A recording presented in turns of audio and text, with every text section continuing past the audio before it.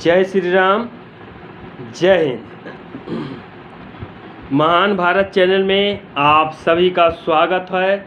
जो इस चैनल को सब्सक्राइब ना किए हों, इस चैनल को सब्सक्राइब कर ले और इस वीडियो को लास्ट तक देखें। मैंने पहला वीडियो डाला था सुशांत सिंह राजपूत जी के ऊपर और गुलशन कुमार जी के ऊपर, और ये पार्ट 2 है। पार्ट 2 पहले दिया था, पार्ट 1, और पार्ट 2 ये जा रहा है मेरा। जितना हो सके इस वीडियो को शेयर करें, हर सनातनी के पास पहुंचना चाहिए। मैंने करण जौहर साहब कहता हूं इसलिए कि रुपया उनके पास।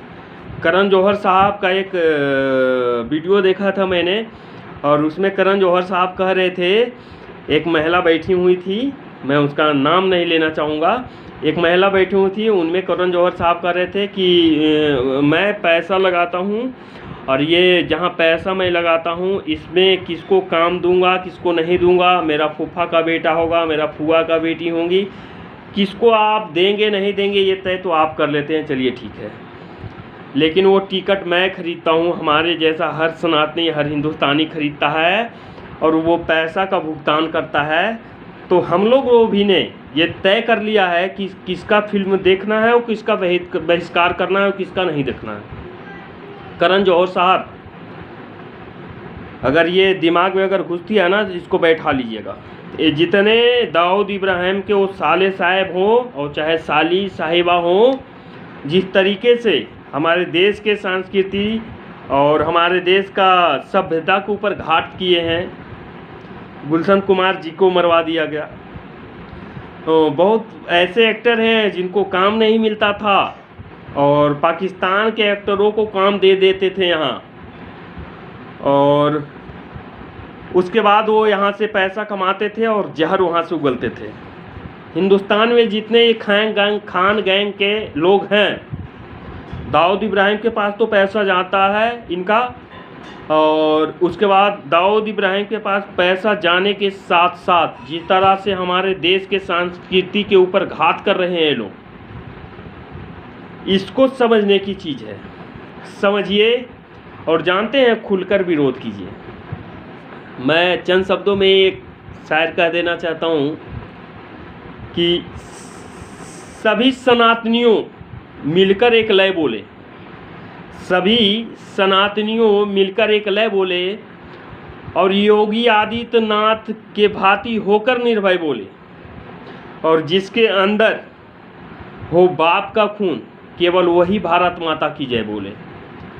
और इसके बाद मैं अपनी बात को रखता हूँ, जितने भी ये जो हमारे देश हित के लिए नहीं हो, चाहे हीरो हो चाहे हीरोइन हो, हिंदी फिल्म के खास करके, क्योंकि साउथ वाले तो देवी देवताओं को पूजते हैं, और आज तक उनका साउथ पिक्चर में कि वो भी पिक्चर ऐसा उठा लीजिए जिसमें साउथ पिक्चर में कोई भी ऐसा देवी देवताओं का अपमान किया गया हो जो हमारे देश हित के लिए नहीं हो, एक्टर हो चाहे हीरो हो हीरोइन कोई भी हो, वो फिल्मों का ना हो, जो देश हित के लिए नहीं हो, हमारे सनातनियों के हित के लिए नहीं हो, हमारे जनमत हिंदू जनमत उत्थान के लिए नहीं हो, एक बार नहीं 3 बार उसका बहिष्कार कीजिए। कोई भी प्रोड्यूसर हो, कोई एक्टर हो, उसका 3 फिल्म का बहिष्कार कीजिए, कटोरा लेके रोड पर आ जाएगा। उनके साथ लड़ना नहीं है, लाठी नहीं चलाना है, गोली नहीं चलाना है, बंदूक नहीं उठाना है, कुछ नहीं उठाना है। हम अपने पैसा को कहाँ हम खरीदेंगे, ये संविधान हमको अधिकार देती है, और किससे खरीदेंगे ये भी संविधान अधिकार देती है कि उससे पूछिए कि आप क्या हैं और क्या नहीं हैं। अब आ जाते हैं जगह के ऊपर। एक भी साउथ पिक्चर ऐसा है जिसमें हमारे देवी देवताओं का अपमान किया गया हो? एक भी साउथ पिक्चर नहीं है। सरकार से जितनी सनातनी है अपनी ताकत के साथ सरकार से ये मांग कीजिए कि हमारे देवी देवताओं को कोई भी फिल्म में या किसी भी सीरियल में इस तरह का अगर ठेस पहुंचाया जाता है तो हम बर्दाश्त नहीं करेंगे। चूँकि आर्टिकल 35A हटा तो सरकार नहीं हटाई, सरकार बीजेपी को हो कांग्रेस को हो किसी का हो, इससे हमको कोई मतलब नहीं है, ये सरकार नहीं हटाई, ये आम जनता और सनातनियों की मांग है, इसलिए आर्टिकल 35A और धारा 370 हटा। राम मंदिर बन रहा है, निर्माण हुआ उसका, तो ये सनातनियों की ताकत है, उसकी आवाज़ है। ट्रिपल तलाक बैन हुआ, किसी ने बैन नहीं करवाए, वो हम सनातनियों की ताकत है। चूँकि यहाँ दो धारा नहीं चलेगा भाई साहब। सीरिया वाला अगर धारा यहाँ लागू करोगे तो संविधान का धारा कहाँ जाएगा? तुम एक तरफ कहते हो कि हम संविधान के अनुसार चलेंगे, दूसरे तरफ कहते हो जब न्यायालय फैसला दे देती हैं तो कहते हैं कि हम न्यायालय की बात नहीं मानेंगे, हम संविधान की बात मानेंगे। तो न्यायालय जो है सो संविधान के अनुरूप चलता है और संविधान जो है सो न्यायालय के अनुरूप कार्य करती है। जो लिखा हुआ है उसमें एक चीज़ को मान लीजिए, अगर ये दो चीज़ में एक चीज़ को नहीं मानते हैं तो फिर आपका जो रास्ता है वो रास्ता अपना लीजिए और बाकी जो सनातनियों का रास्ता वो अपना लेंगे। बहुत ऐसे वीडियो में मैंने सुना है और सभी सनातनी सुने होंगे, उसमें कहा गया है कि 15 मिनट के लिए हटा दीजिए। भाई साहब ने भाईजान आप 15 मिनट मांग रहे हैं, जगह आप खोज लिए हैं क्या? वो कम पड़ जाएंगे आपको, चूँकि 100% सनातनियों में अगर 1% सनातनी भी अगर दीवाने हो गए हैं ना इस देश का, तो 15 मिनट आपके कम पड़ जाएंगे। सीरिया देख लीजिए उठा के, इराक देख लीजिए उठा के, ईरान देख लीजिए उठा के, किस तरह का बिहेवियर वहाँ हो रहा है, किस तरह का कार्य वहाँ हो रहा है, सब जानते हैं और सब लोग जानते हैं।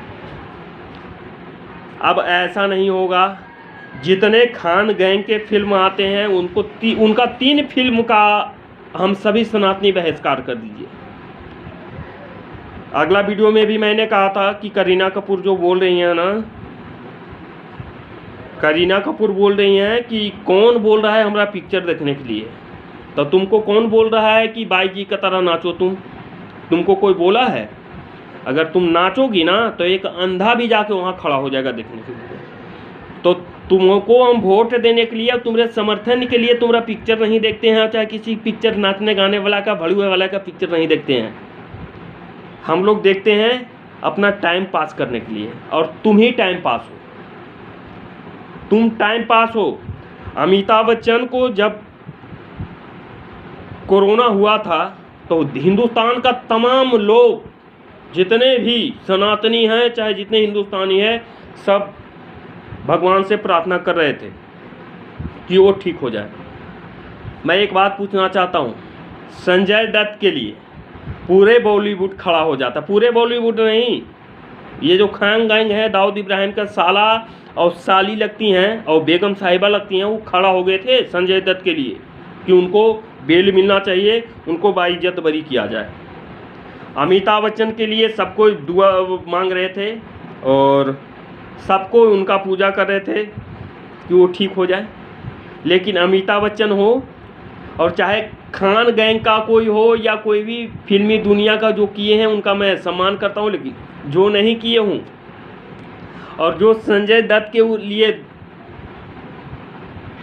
आशीर्वाद मांग रहे थे, प्रार्थना कर रहे थे संजय दत्त के लिए, उन लोगों को देखें कभी कि राम मंदिर के लिए कभी कोई बधाई दी होंगे? किसी भी नहीं। और सुनो, सभी सनातनी अपने घर में सबको मना कीजिए, ये ऐसे नहीं मानेंगे। बरसात में जानते हैं, बरसात जब आती है ना तब बेंग का मुंह खुलता है, बेंग बरसात में टड़ाता है। इनके फिल्में जब रिलीज होने के रहती है ना तो बहुत चिकनी चपुली आके बात कर देते हैं और फिल्में को रिलीज कर लेते हैं और सुपर डुपर हिट करवा लेते हैं।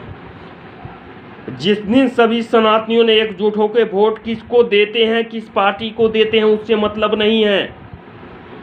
जब इनके संस्कृति और सभ्यता के ऊपर आँच आती हैं तो सारे मुसलमान एक हो जाते हैं, चाहे किसी पार्टी में हो। आप नज़र उठा कर देख लीजिए।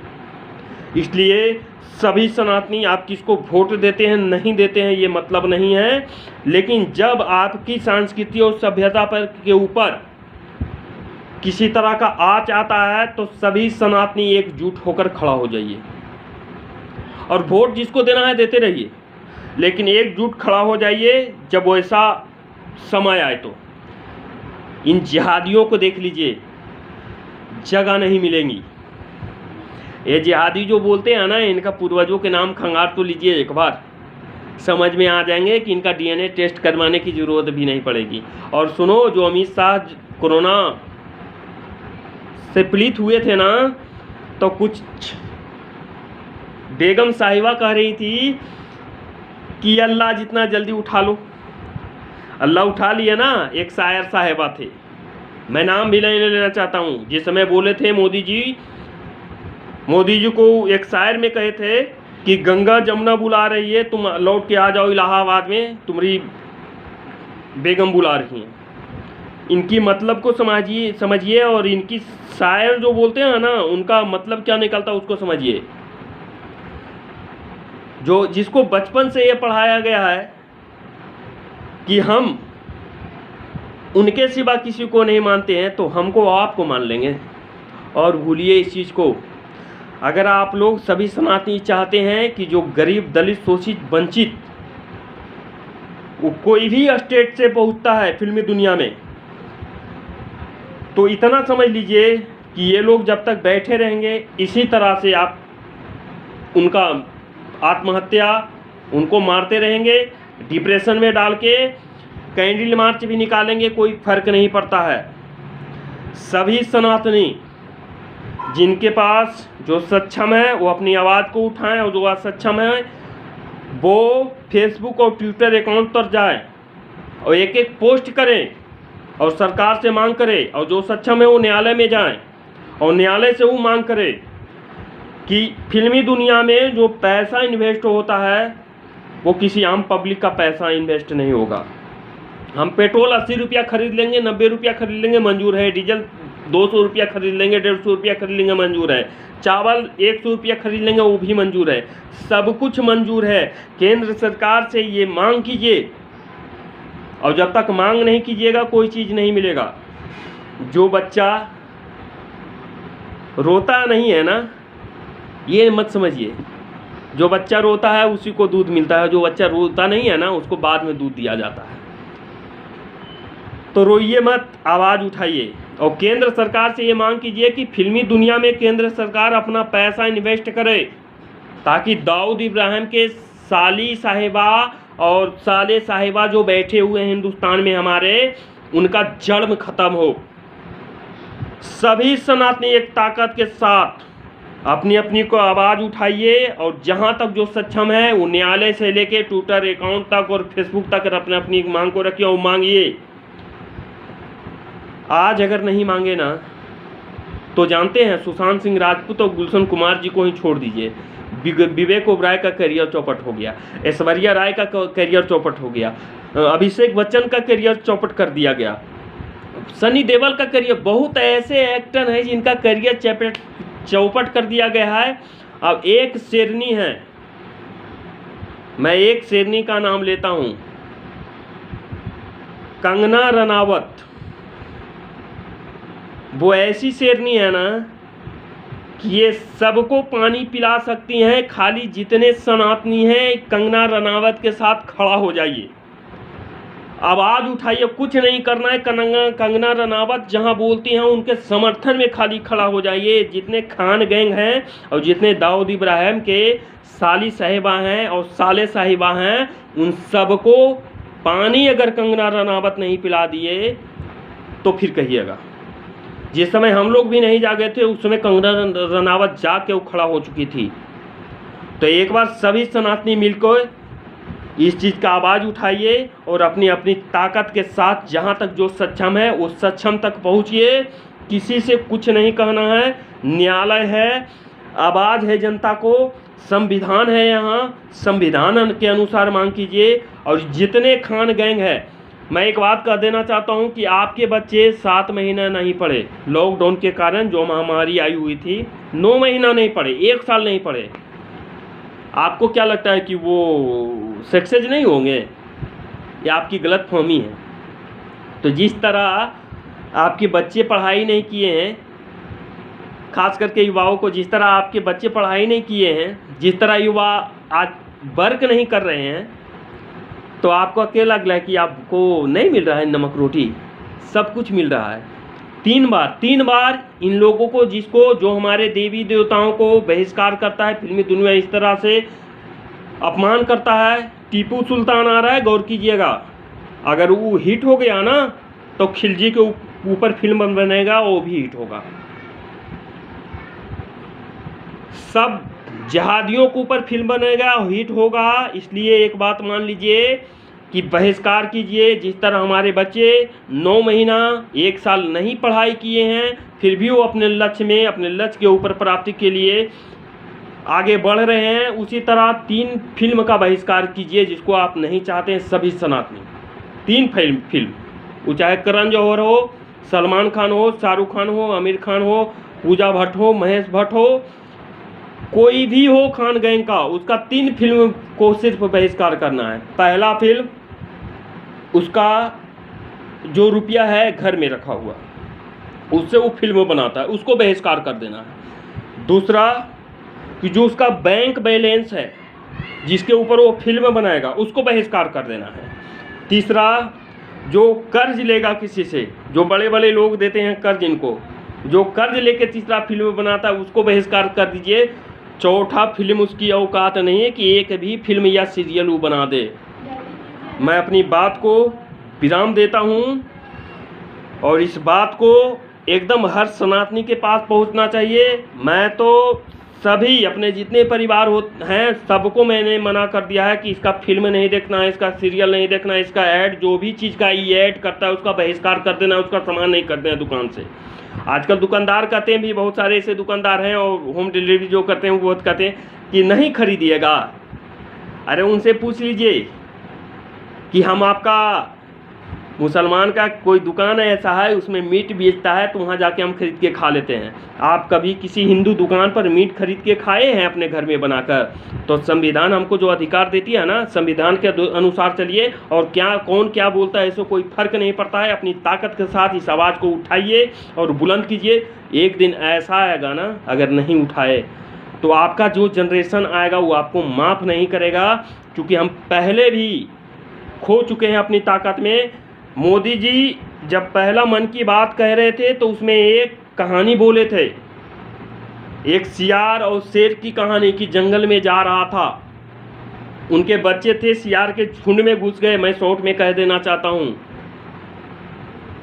तो सियार के झुंड में रह के सियार मत बन जाइए। आप शेर के औलाद हैं और कहीं भी रहिए, अपनी दहाड़ को मत छोड़िए, अपनी पहचान को मत छोड़िए, सब कुछ भूल जाइए अपनी स्वाभिमान का। जहां आपका स्वाभिमान का अपमान होता है उस चीज़ को मत बर्दाश्त कीजिए। सरकार किसकी आती है जाती है इससे कोई मतलब नहीं। सरकार किसी का भी आए, सनातनी का एक एक बात को सुने, और नहीं सुनेगा तो याद रखिए अब सुनना भी शुरू कर दिया है, अब सुनना भी शुरू कर दिया है।